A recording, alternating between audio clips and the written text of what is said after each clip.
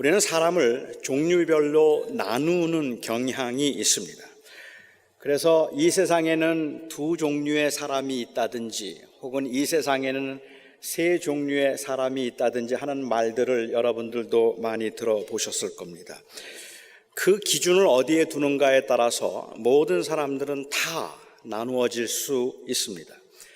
기독교적인 관점에서 보면 이 세상에 있는 모든 사람들은 기독교인과 비기독교인으로 나뉘어질 것입니다. 한길교회가 기준이 되면 세상에 있는 모든 사람들은 한길교회에 다니는 사람들과 한길교회에 다니지 않는 사람들로 나뉘어질 수 있습니다. 한길교회에 다니는 교인들도 나뉘어질 수 있습니다. 한길교회는 두 종류의 교인이 있겠죠.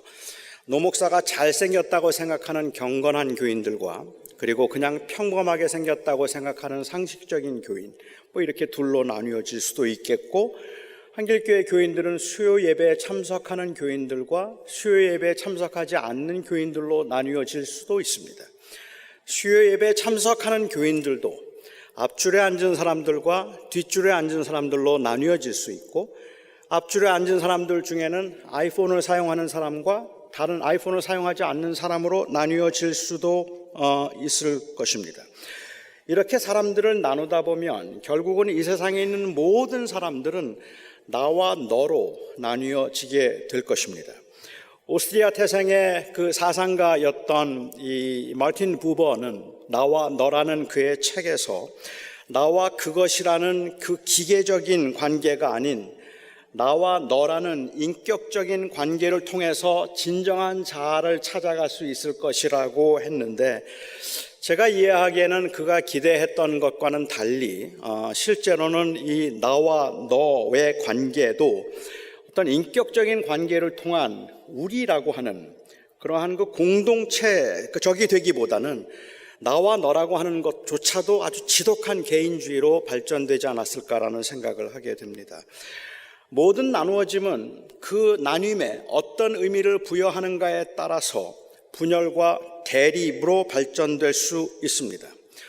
수요 예배에 경건이라는 의미를 부여하면 그러면 참석하지 않는 사람들과 참석하는 사람들 사이에는 그 경건과 불경건의 대립이 가능해지고 노 목사의 리더십에 어떤 의미를 이 지지의 의미를 두면 그러면 지지 세력과 반지지 세력이라는 터무니없는 구도도 가능해지는 것입니다. 모두가 함께 어우러져서 함께 가야 하는 그 공동체적인 관점을 견지하지 않는다면 모든 이러한 차이는, 그 구별은 결국은 다 분열의 원인이 될 수 있습니다. 내가 하는 일과 내가 하지 않는 일, 내가 가진 것과 내가 가지지 않은 것, 내가 속한 곳과 내가 속하지 않은 곳의 구별은 너무도 당연한 것이고 불가피한 것이지만, 그리고 그런 것들이 나쁜 것은 아니지만 그것들은 언제나 이 분쟁과 다툼의 이유가 될 수 있는 것들이 아님에도 불구하고 그 분쟁과 그리고 다툼은 항상 거기에서부터 시작한다는 것입니다. 너무 단순화시킨 것 같기는 하지만 이 공동체적인 관점과 그리고 개인적인 그 관점의 차이를 알라바마에 있는 브라이어우드 교회의 담임 목사인 해리 리더 목사는 이런 예로 표현을 한 적이 있었습니다. 사실 이 이야기는 버전이 너무 많아서 원래 브라이어우드에 있는 그 해리 리더 목사가 처음으로 한 말인지 아니면 그도 누구의 말을 인용한 것인지 그거는 제가 확실히 알 수가 없습니다만은 저는 그의 설교 중에 이 예를 들은 적이 있었습니다. 그런 교인들을 나누는데 교회는 교인들 중엔 두 종류의 교인이 있다고 얘기합니다. 개 같은 교인과 고양이 같은 교인이라고 했습니다. 개 같은 교인이다 이렇게 말하니까 그 어색이 벌써 너무 경직되게 만들죠. 그리고 막 긴장되지 않습니까? 근데 church members like dog, 뭐라고 번역을 해야 될지 모르겠어요. church members like dog 하면은 아마도 그냥 번역을 하자면 좋은 말이 떠오르지 않아서 제가 그냥 개 같은 교인이라고 했으니까 이해하시기 바라고, 정 불편하시면 그냥 강아지 같은 교인으로 하면 무방할 것 같습니다. 해리 릴러 목사의 말에 의하면 고양이는 그렇게 영광 받고 싶어 한답니다. 쥐를 잡아도 주인 앞에서 그 시체를 전시해 놓고 주인이 자기를 예뻐하고 칭찬해 주기를 기대한답니다. 칭찬해 주지 않고 예뻐해 주지 않으면 아무것도 하지 않으려고 한다고 해요. 반면에 개는 자기가 한 일들을 자랑하는 일이 거의 없답니다. 하던 일이고 해야 하는 일이라면 주인이 보든지 보지 않든지 그냥 열심히 한답니다. 개는 무슨 일을 해도 주인을 섬기겠다는 마음으로 하고, 고양이는 무슨 일을 해도 주인에게 사랑을 받고 대접을 받겠다는 마음으로 하기 때문에 개는 주인 중심이고 고양이는 자기 중심이다라고 그렇게 이야기를 해요. 리더 목사는 이 비유를 통해서 자기가 섬기는 교회의 교인들이 모두가 다 이 개 같은 교인이 되었으면 좋겠다고 했으니까 절대로 나쁜 뜻은 아닙니다. 그래도 듣기는 싫어요. 하지만 아무튼 나쁜 뜻은 아닙니다. 그의 설교의 요점은 교인들 중에는 이렇게 자기의 영광을 위해서 사는 사람과 하나님의 영광을 위해서 사는 사람으로 나뉘어진다는 말인데, 저는 오늘 본문 말씀에 비추어서 이 하나님의 영광을 위해서 산다는 이 말은 곧 공동체적인 관심을 가지고 섬기는 것이라는 설명을 결론으로 덧붙여서 말씀드리고 싶습니다. 고난 중에 믿음을 지키며 살아가던 교회 공동체의 교인들에게 베드로가 하는 마지막 권면에서 볼 수 있는 아주 명백한 전제가 있습니다. 이 전제는 현대 교회에서 볼 수 있는 그러한 전제를 무색하게 할 만큼 아주 명백한 것입니다. 리더 목사의 예에서도 우리가 볼 수 있는 것처럼 현대 교회에서는 교인들은 섬기는 교인들과 섬김을 받는 교인들로 나뉘어진다고 그렇게 볼 수 있습니다. 그런데 베드로서에서 볼 수 있는 이 교회에는 이런 구분이 없습니다. 베드로의 공동체에서는 섬김을 받는 교인이라는 그 말 자체가 이미 모순입니다. 섬김을 받는 교인은 존재할 수 없다고 생각하는 것이 그의 명백한 전제라는 말입니다. 약하다고 해서 섬김을 받는 사람이고 강하다고 해서 언제나 섬겨야 하는 사람이 아닙니다. 고난 중에 있기 때문에 섬김을 받아야 하는 것도 아니고, 그리고 또한 부자이니까 섬겨야 하는 위치에 있는 것도 아닙니다. 초신자라고 해서 섬김을 받아야 하는 입장에 있다고 생각하고 직분이 있다고 해서 섬겨야 하는 위치에 있는 사람이 아니라는 말입니다. 모든 사람들이 가지고 있는 부족한 부분들이 서로의 섬김을 통해서 채워가야 하는 것은 마땅하겠지만, 그러니까 자신이 섬김을 받는 위치나 혹은 그러한 신분에 있다고 생각해서는 안 된다는 겁니다. 심지어는 그렇게 섬김을 받는 것, 그것조차도 또 다른 하나의 겸손한 섬김이 될 정도로 신자들 간의 섬김은 언제나 상호적이고 그리고 공동체적이기 때문에 그렇습니다. 교회의 교인들은 섬김을 받는 교인들과 섬기는 교인으로 나누어지는 것이 아니라 다양한 방법으로 서로를 섬기는 그냥 한 공동체인 것이고 한 종류의 사람들일 뿐입니다. 베드로 사도는 당시에 많은 환난과 그리고 핍박을 받고 힘들어하던 교인들에게 이제 때가 얼마 남지 않았으니까 조금만 참고 기다리라고 권면하면서 환난과 시련 가운데에서 살고 있는 그 하나님의 성도들이 참고 견딘다는 말은 단순히 수동적인 자세가 아님을 강조했습니다. 그 성도들에게 있어서 참고 기다림이라고 하는 것은 바로 아주 적극적인 섬김의 자세라는 말을 하고 있는 겁니다. 심지어 환난 가운데 있는 사람이라 할지라도, 심지어 고난 가운데 있는 사람이라 할지라도, 극한 가난에 있는 사람이라고 할지라도 그들이 참고 견뎌야 하는 것은 그렇게 참고 견딤으로 선을 행하고 온유하게 행하고 약하고 어려운 사람들, 나보다 더 힘든 사람들을 돌보아줄 수 있는 그런 마음을 가지고 살아가야 하는 것이기 때문에 이것은 소극적인 자세를 의미하는 게 아니었다는 말입니다. 환난 가운데 있어서 힘들다고 선행을 포기하면 안 되고 섬김을 받아야 마땅한데 왜 다들 나에게 이렇게 무관심하냐고 말해서도 안 된다는 것입니다. 심지어는 노예의 신분에 뒤어서 매를 맞고 핍박을 당하고 환난을 당하고 억울한 일을 당하고 착취를 당하는 한이 있어도 그런 가운데서도 너는 내가 가진 소망의 이유를 묻는 자들에게 대답할 것을 항상 예비하되 온유와 겸손한 마음으로 하라고 주님께서 말씀하신 것, 그 베드로 사도가 권하는 것처럼 우리가 비록 그런 환난 가운데 있다가 할지라도 우리가 그런 환난 가운데 있으면서 우리는 비참하다고 생각할 것이 아니라 영원한 하나님의 나라를 소망하는 사람답게 이 세상에 있는 사람들을 오히려 불쌍히 여겨주고 섬겨주고 그리고 또한 그들과 함께 해야 된다는 것을 강조하고 있는 거예요. 그게 참음입니다. 그게 기다림입니다. 이게 이 땅을 살아가는 성도들의 모습이라는 거죠. 나만 어렵고 힘든 삶을 살고 있다고 생각할 것이 아니라 형제들은 모두가 다 동일한 그러한 고난 가운데 믿음을 지키고 있다고 생각해야 하기 때문에 서로가 서로의 필요를 채워주고 그래서 서로를 섬겨야 함이 마땅한 겁니다. 그러면 어떻게 섬겨야 합니까? 우선은 각각 은사를 받은 대로 섬기라고 말씀하십니다. 은사대로 섬기라고 말하면 여기에 계신 분들 중에도 좀 난감한 분들이 좀 계실 겁니다. 여러분들은 여러분이 무슨 은사를 받았는지 아십니까? 여러분들에게 무슨 은사가 있는지, 그래서 그 은사대로 섬기라고 한다면 도대체 뭘 하고 섬겨야 되는 건지 여러분 아십니까? 은사에 대한 오해 중에 하나는 잘하는 것을 은사라고 생각하는 겁니다. 무엇이든지 잘하면 그걸 은사라고 사람들은 생각해요. 누가 꽃꽂이를 잘하면 꽃꽂이 잘하는 꽃꽂이의 은사가 있다고 말하고, 누가 기계를 잘 고치면 기계를 잘 고치는 은사가 있다고 말을 합니다. 그런데 제가 생각하기에는 아주 탁월한 것이 아니라면 교회에서 필요로 하는 섬김을 위한 대부분의 것들은 재능의 문제가 아니라, 능력의 문제가 아니라 이건 관심의 문제이고 훈련의 문제입니다. 이 자리에 지금 제 아내가 있기 때문에 조금 후환이 두렵기는 하지만, 집에 정수기를 단다든지 아니면 페인트 칠을 한다든지 이렇게 하는 것들은 연장만 있으면 저도 잘할 수 있습니다. 정말입니다.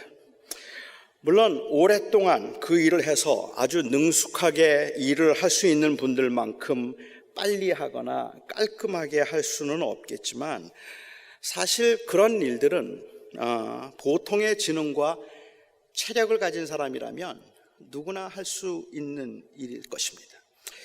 2016년도 최고의 요리사, 세계 최고의 요리사로 선정되었던 이 알랭 파사르라든지, 아니면 2016년도 한국의 가장 이 핫했던 요리사라고 하는 이연복 요리사라든지, 뭐 이런 요리사가 되는 일은 재능이 없으면 못하는 일이지만, 평범한 사람으로 요리를 하는 것은 사실은 훈련만 받고 연습만 하면 웬만한 사람은 다 어느 정도까지는 할 수 있다는 말입니다. 그럼에도 불구하고 제가 제 아내 앞에서 항상 하는 말은 내가 재주가 없어서 그래요. 내가 할 줄을 몰라서. 제 아내는 제가 라면도 못 끓이는 줄 알아요. 라면도 못 끓이고 혼자 밥을 차려 먹을 줄도 모른다고 생각해요. 그런데 솔직히 제가 후환이 두렵긴 하다고 말씀을 드렸는데, 저는 옛날에 육개장도 끓여본 적이 있고 미역국도 끓일 줄 알고, 그리고 김치찌개도 물론 할 줄 알고 잡채도 만들 줄 압니다. 해본 적이 있어요. 그런데 결혼한 이후로 한 번도 한 적이 없어요. 그리고 제 아내는 제가 그런 재능이 없다고 생각해요.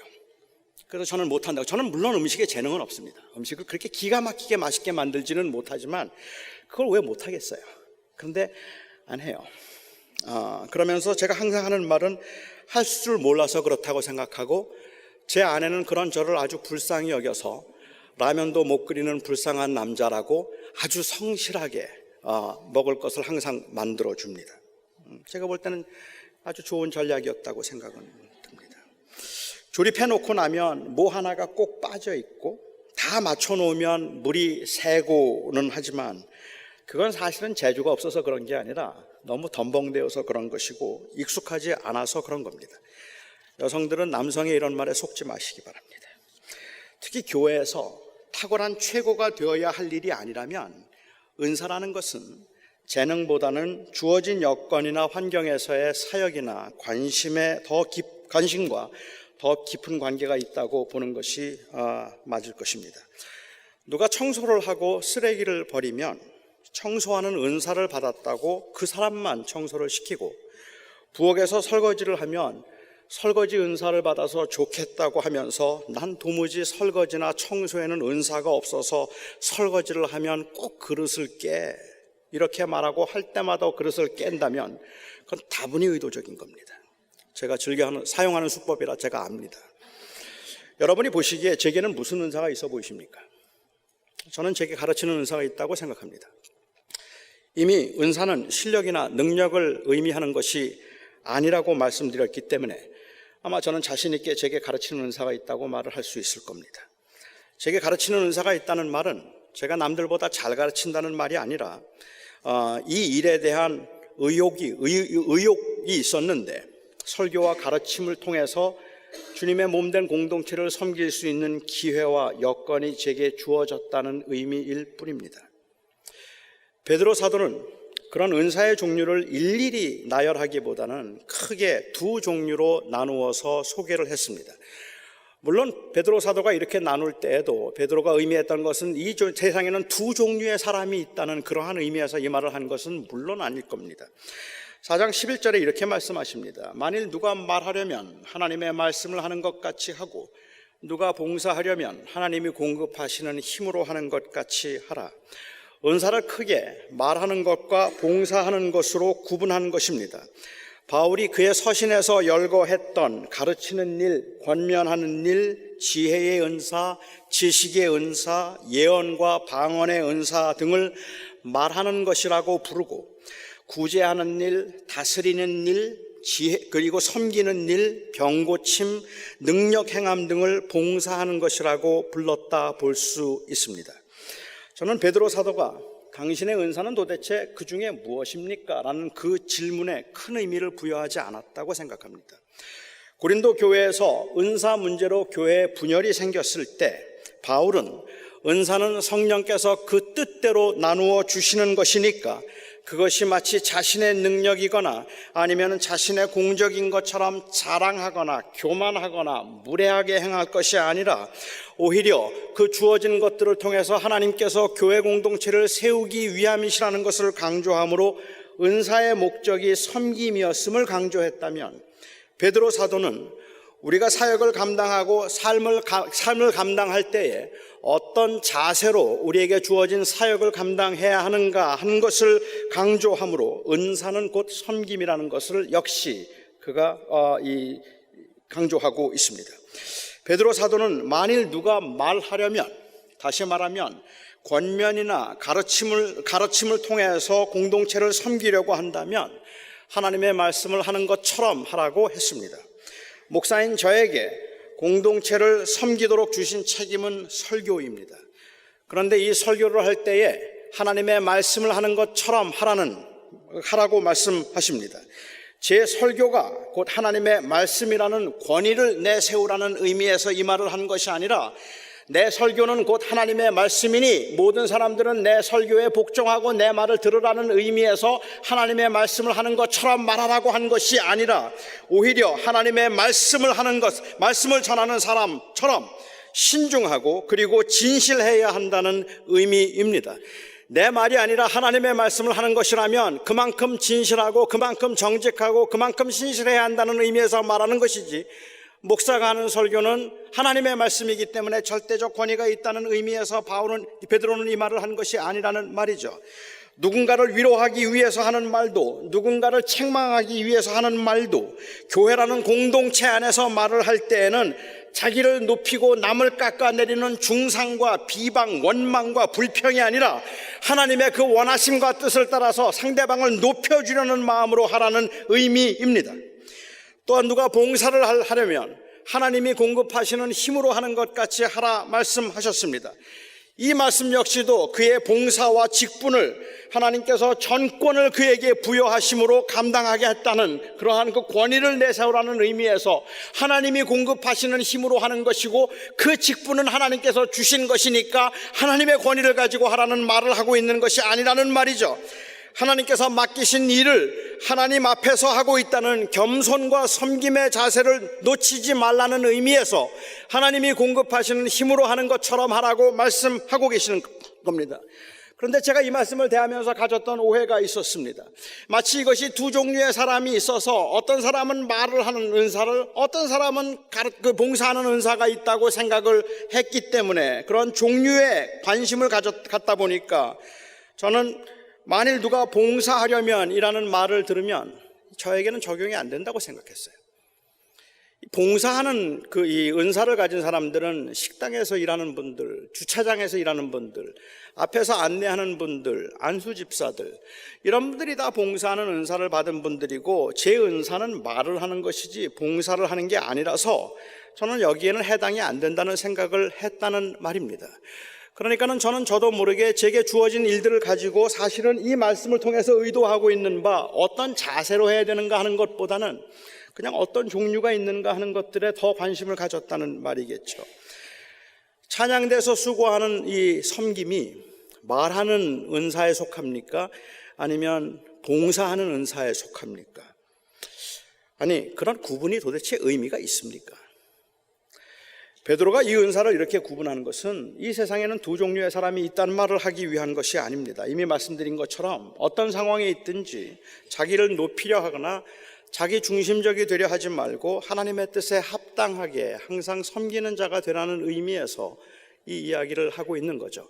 각자에게 현재 주어진 일들이 무엇이든 간에 그 주어진 모든 상황에서 우리는 그 겸손의 자세를 견지해야 된다는 이야기를 하고 있다는 말입니다. 어떤 사람에게 어떤 은사가 주어졌는가 하는 것보다 더 중요한 것은 그 은사의 목적, 곧 섬김입니다. 하나님께서 은사를 주신 목적은 하나님께서 그 사람을 특별히 사랑하기 때문에 주신 것도 아니고 그 사람이 행했던 어떤 공적과 믿음의 어떤 이 보상도 아닙니다. 하나님께서 서로를 섬기라는 목적에서 은사를 주셨을 뿐입니다. 그렇기 때문에 은사의 목적이 섬김에 있다는 것을 우리가 인정한다면 내게 주신 은사는 무엇일까라는 질문은 내가 남들보다 더 잘할 수 있는 것이 무엇일까를 찾는 것보다는 내가 지금 마땅히 섬겨야 할 것은 어떤 것일까? 내가 지금 어떻게 섬기고 있는가 하는 이것을 찾고 확인하는 것에 더 무게가 실려야 하는 겁니다. 그런데 요즘에 교회에서 은사가 무엇입니까? 라는 질문은 어떻게 하면 내가 공동체 안에서 섬김이 될 수 있습니까? 라는 그러한 의미보다는 어떻게 하면 더 인정을 받을 수 있는가 하는 것과 또한 인정받는 것에 관심이 없다면 섬김에도 관심이 없어서 어떻게 하면 섬기지 않을 수 있을까에 더 추징된 것 같기 때문에 애석하기도 하고 안타깝기도 하다는 말입니다. 우리가 내가 받은 은사가 무엇일까라고 생각할 때 내가 뭘 더 잘할까? 남들보다 내가 더 잘하는 게 뭐지? 하는 것에 관심을 갖는다면 이미 그 질문 자체가 공동체를 어렵게 만드는 질문이라는 말입니다. 이미 그 자체가 우리를 힘들게 만드는 그러한 질문이라는 말입니다. 내가 남들보다 무엇을 더 잘하는가의 문제가 아니에요.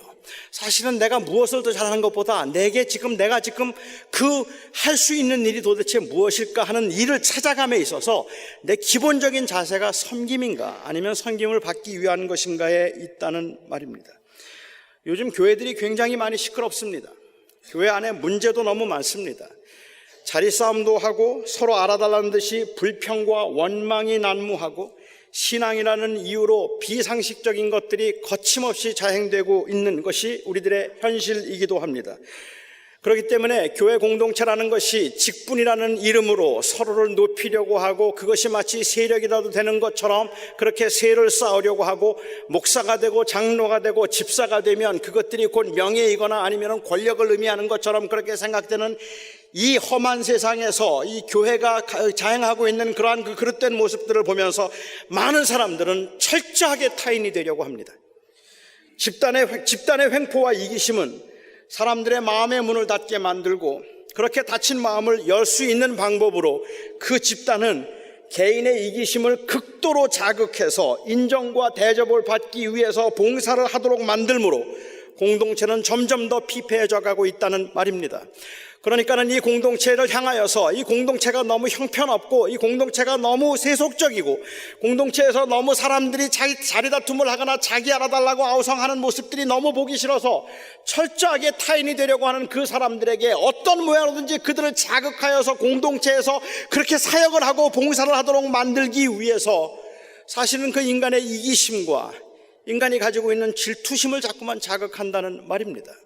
당신은 뭘 잘한다는 이야기를 자꾸만 해주려고 하고, 그래서 당신이 그렇게 잘하고 있다는 것을 recognize 해줌으로 그것에서 성취감을 얻도록 하려고 만들고, 그런 성취감을 얻음으로 그래서 그나마 그곳에서 나름대로의 그 자존감을 찾도록 그렇게 만들어가는 이러한 일들이 사실은 공동체를 점점 더 피폐하게 만들고 있는 그러한 일들이 되더라는 말입니다. 교인들을 어떻게든지 그런 모양으로 자극하거나 아니면 동기부여를 해서 교회를 위해서 헌신하고 봉사하도록 만들고, 그 섬김과 봉사의 대가로 명예와 권력과 때로는 거기에 상응하는 어떠한 그 좋은 것들을 주려고 하거나 아니면 그것들을 보장하거나, 그렇게 함으로 열심히 교회를 봉사하게 만들지만 사실은 결국에 가서는 그 집단에 의해서 아니면 그 조직에 의해서 배신을 당하는 소모품에 불과하다는 것을 깨닫게 될 때는 이미 벌써 때가 늦었죠. 그런 것을 한 번, 두 번 경험한 대부분의 사람들은 이제 아예 마음의 문을 닫고 교회를 다니기 시작한다는 말입니다. 섬김이요? 그런 말들 별로 의미 없습니다. 누구를 위해서 교회에서 내가 어떻게 하나의 교회 일원이 되어서 어떻게 함께 하는가 하는 것에 대한 관심들이 사실은 상처를 더한다는 것을 현대 교인들은 너무도 잘 알고 있습니다.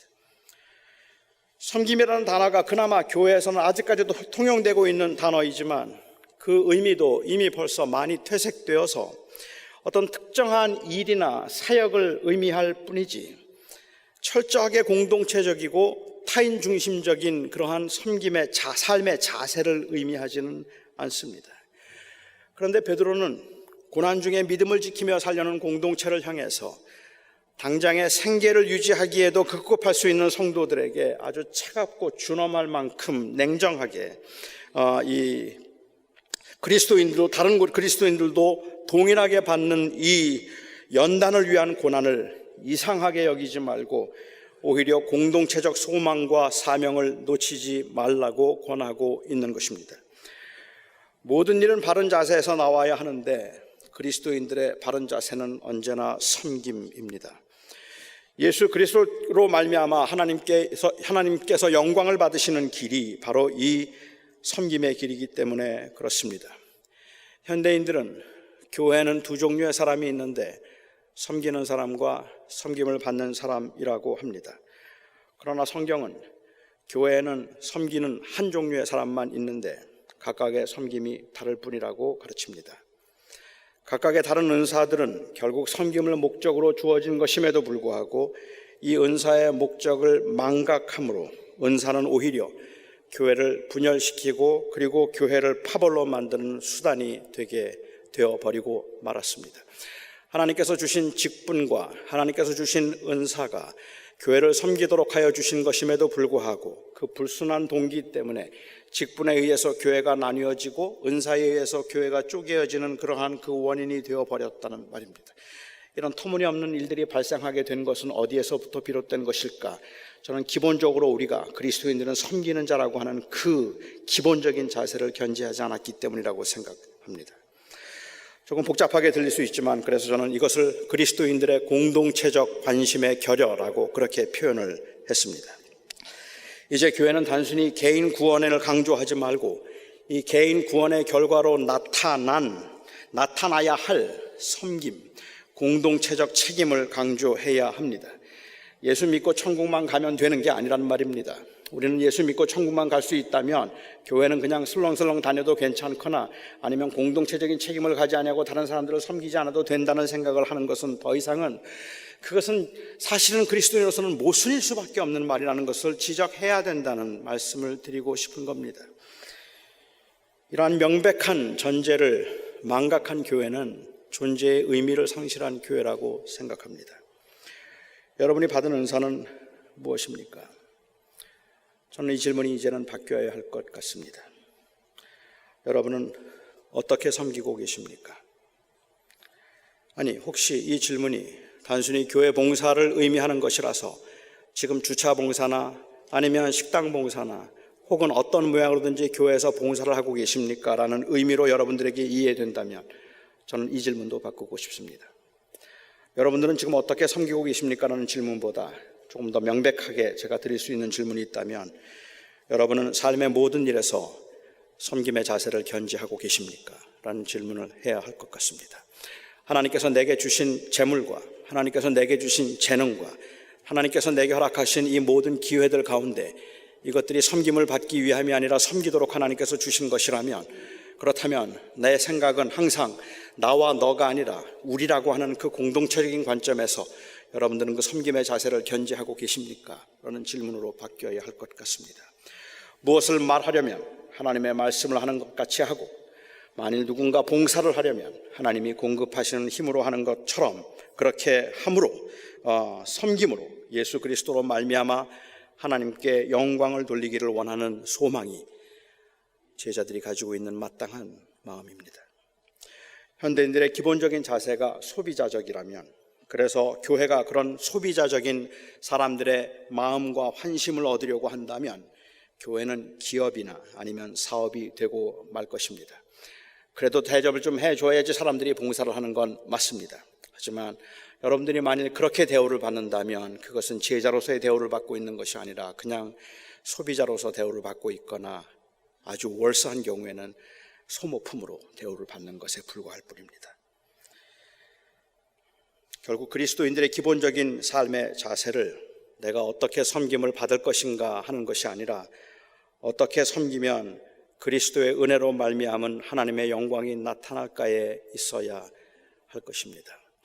너희는 만일 무엇을 말하려면, 아니면 너희가 만일 봉사하려면, 이것은 이런저런 종류의 은사들이 있는데 당신의 은사는 도대체 무엇입니까를 묻고 있는 것이 아니라 각자에게 주어진 지금 현재 하나님께서 주신 그 삶의 자리에서 우리는 과연 그 섬김의 자세를 가지고 있는가를 묻고 있다고 저는 생각합니다.